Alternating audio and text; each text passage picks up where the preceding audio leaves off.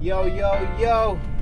So I'm here with the man, the one and only Mr. Casey Bailey. What you saying, brother? All good, fam. Good, yeah. Yeah, man. We're just gonna cruise on Convo, man.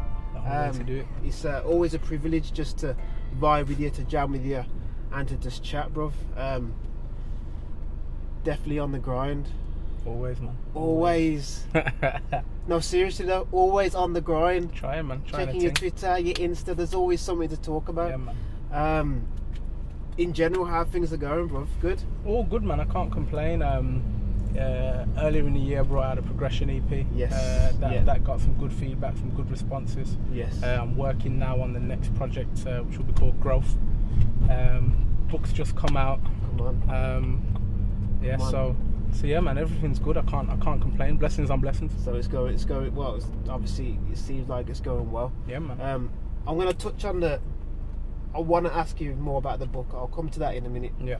Because firstly, there's not many rappers I know, bruv, who are writing books. Yeah, man. And I'll come to that. But in terms of creatively, music, how did it start for you, Casey?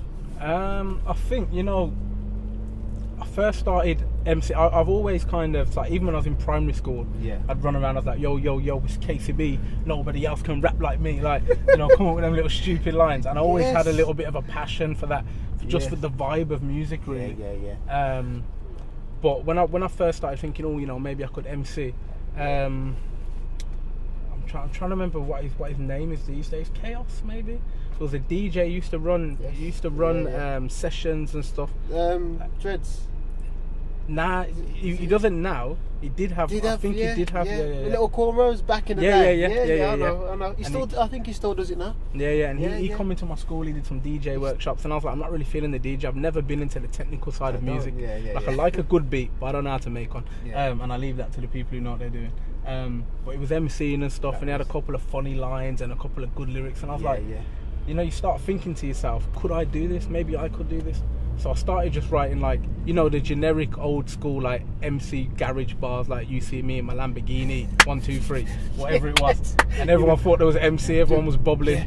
There was loads of Minimini. Yeah. How many times did Muhammad Ali get mentioned? Muhammad Ali, all of them, you know what I mean? I feel like everyone said Minimini until 10% Minimini. Nah, that's old school. Everyone's like, I better stop doing that now. I mentioned Dwayne Chambers in my bars. It's mad, bro.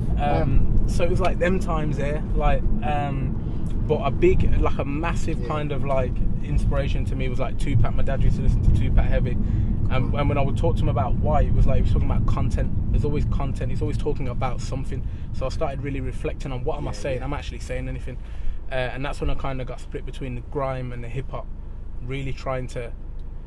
Just not necessarily, I didn't necessarily have a message at the time, but I wanted to come away from a verse or from a song feeling like there was a consistent message throughout it.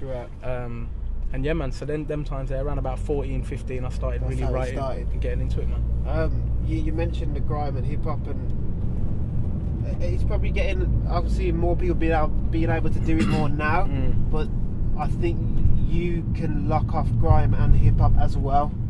Do you know what I mean? Flow, delivery, you can do both. Well, do you know what I mean? I'll take that. No, you can, and I've heard you. I've heard and I know that you can do it. Not everybody can do that.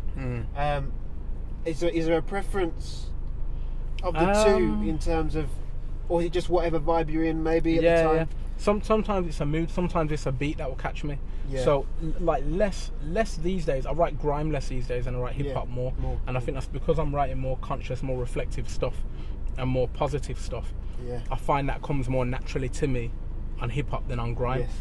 I feel like when I'm spitting over grime, I'm either like there's a sense of gloom around it, or it's like really braggadocious, like I'm the best MC, blah blah blah blah blah. Coming for you. Yeah.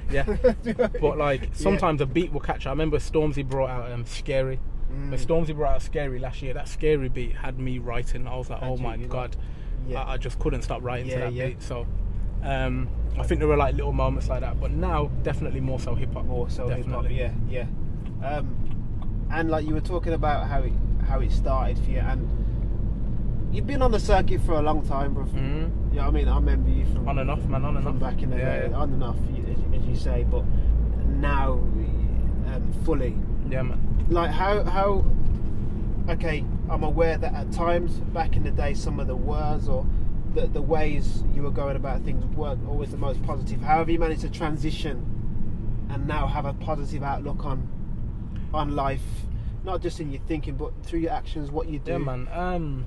In general, I think there's a lot of things that influenced it really, but if I can't to like sum it up in a nutshell, I think at around about the age of 13, 14, I was always like the kind of youth who was like super positive, wanted to do well in school, all that kind of stuff. Around about the age of 13, 14, I started getting stuck on feeling like, you know, things were unfair in society. So coming from where I come from, you know, you're getting dealt a bad hand on a regular basis. The people around me are getting involved in certain things, and actually the people who are getting involved in the more negativity seem to be coming out with a more positive balance, because we're coming from somewhere where you can't get positivity from positivity, if that makes sense. Yeah, that makes sense. So at that kind of time, I started to get angry, rage. I started to get involved in the people that were around me and that were doing certain things, and I think that I convinced myself, like a lot of the youths will do today, and it's one of the things I'm trying to kind of battle against. I convinced myself that actually this whole thing's so messed up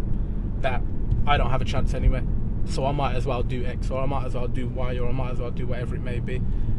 Instead of having that attitude of the world's against me. No, I think at that stage, that's the attitude I had. I did think the world was against me. But now it's... But when I come to maybe about the age of like 19, 20, and it was a key moment really, and it was linked to music that nailed it for me. But I started asking myself, rather than me look and say, oh well, this isn't fair on me and this is putting pressure on me, as a individual and in the community, am I making things better or worse? Am I making my life better or worse? Am I making the people around me's lives better or worse? Yes. And I was coming up on the fact that actually I was part of the problem, and you can't be part of the problem and complain about the problem. And I think that there was a young boy in my area who I used to spend a lot of time with, around me, and he did something and he got himself in some trouble, and in my head I was like, oh man, you know, I was unhappy, I was disappointed that he did it. And when I caught up with him, I said, why are you doing that? And he looked me dead in the eyes. He said, you know, it's like you saying your song, and then he quoted me. Oh, madness. And I was like, oof. So how can I say to him, madness, like, what you're doing is wrong? And he's saying, I'm doing that on the back of your words. So your brethren done something wrong, and he's like saying, bro, it's because... Like, that's justified it. You. That's justified it. You know, I've seen good, clean-hearted man quote to me the Bible or the Quran as reasons they're doing good things. I can't have a man quoting me as a reason he's doing a madness. Wow, that's profound. So I had to really reflect on it, and at the time I just stopped writing. But the more and more I reflected on it, I thought, well, if my words can have a negative impact like that, can't my words have a positive impact? Yeah. Can't someone say to me, oh, do you know what, I went to university, man, and me say why, and they say, oh, you know, it's like you said in your song. That's what I felt like I needed that. So I started doing the mentoring in the community with like at Continental Star Football Club. Started working with a lot of youths in the community, and it was always about, can we break the cycle? Can we break the cycle? Do you have to follow these routes that you see? And that was where the change was. What a story! But that's continued because you're a fully qualified teacher. I am. You're working in a secondary school. We just had a conversation. Yeah. All this stuff, mad. Me thinking, obviously with your poetry and your rap, you got to be an English teacher. Yeah. PE teacher. Yeah. And again, you're investing into the lives of young people. Yeah, man. Which is brilliant to hear. Again, I don't know of many rappers who are teachers. Yeah, man. I don't know any. I mean? Seriously. And also, I don't know many rappers who are authors. Yeah, man. I mean, you can say they're authors of their own songs. But tell us about Bloomsbury Park. The book's called Waiting at Bloomsbury Park, man. And Bloomsbury Park is just a park in Nechells. Yeah. And the book basically it was a bit weird really, because I started writing poetry maybe about 4 years ago. Yeah. And probably in the last 2 years I started feeling like, you know, I want to get something published. I want to kind of I want to say in like a non-egotistical way, but I'm probably lying. Like I wanted something immortalized. I wanted something like that's set in stone. That's my work. And so I looked at like a collection of poems I was putting together, and kind of a bit subconsciously I noticed a theme was coming through of like, it was little things at first. It was like tower blocks. Yeah. Tower blocks kept coming up, or like this idea of like dreams and nightmares and like the balance between the two. I started thinking, well, what am I writing about really? And really what I'm writing about is Nietzsche's. I'm writing about home, I'm writing about where I'm coming from, my friends that I've grew with, my friends that I've lost. Things that are really local to Nietzsche's. Birmingham, but Nietzsche's in particular. Where we are now. Yeah. So these places that me and you can see that these guys can't see. And I thought to myself, do you know what? It's easy for me.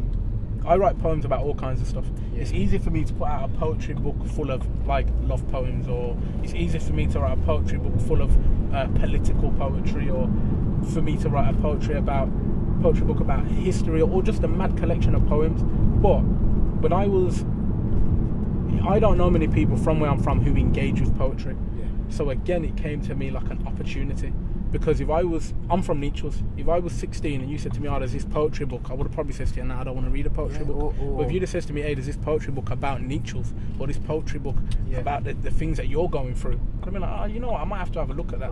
Yeah. So I wanted something that a poetry fan could read and enjoy, or something that someone from Nietzsche's could read and relate to and respond to. And I was writing one poem, and basically it come down to the last line, and the last line was like, "I guess part of me still waiting at Bloomsbury Park.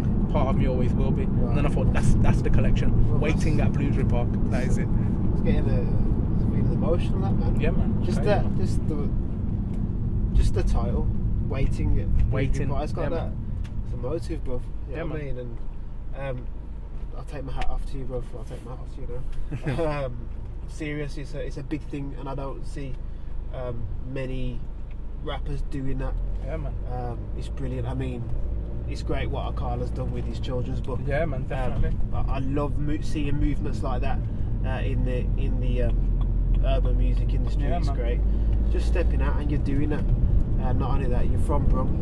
You know what I mean? And you're representing, which is great. So in terms of looking ahead, the future, what's in the pipeline for Casey Bailey? I think it's more of the same but different. Okay. So there'll be, I'm already working on two kind of separate poetry collections. One is hopefully going to be a full collection, and one will be another short collection like the Waiting at Bloomsbury Park. So I'm always writing, I'm always trying to perform with my poetry, I'm always trying to get out there and do different things. But obviously I just want to keep trying to take it to the next level. Yes. And typical rapper, when I started writing poetry, I was like, this is sick. And I look back at some of the poetry that I wrote, and I'm like, oh, it's not so good. That's not that great. And it goes back to when man was spitting Mini Mini Me. When we were spitting those bars, and we had our Lamborghinis that we never really had. We thought we were the best thing in the world. Casey Bailey, come better back me. Them bars, they were like, you get me? Listen to that. And the same thing is happening now with the rap, but the same thing is happening with the poetry, where I can look back and I can reflect and say, okay, I can improve on this. I can work on that, and I'm reading.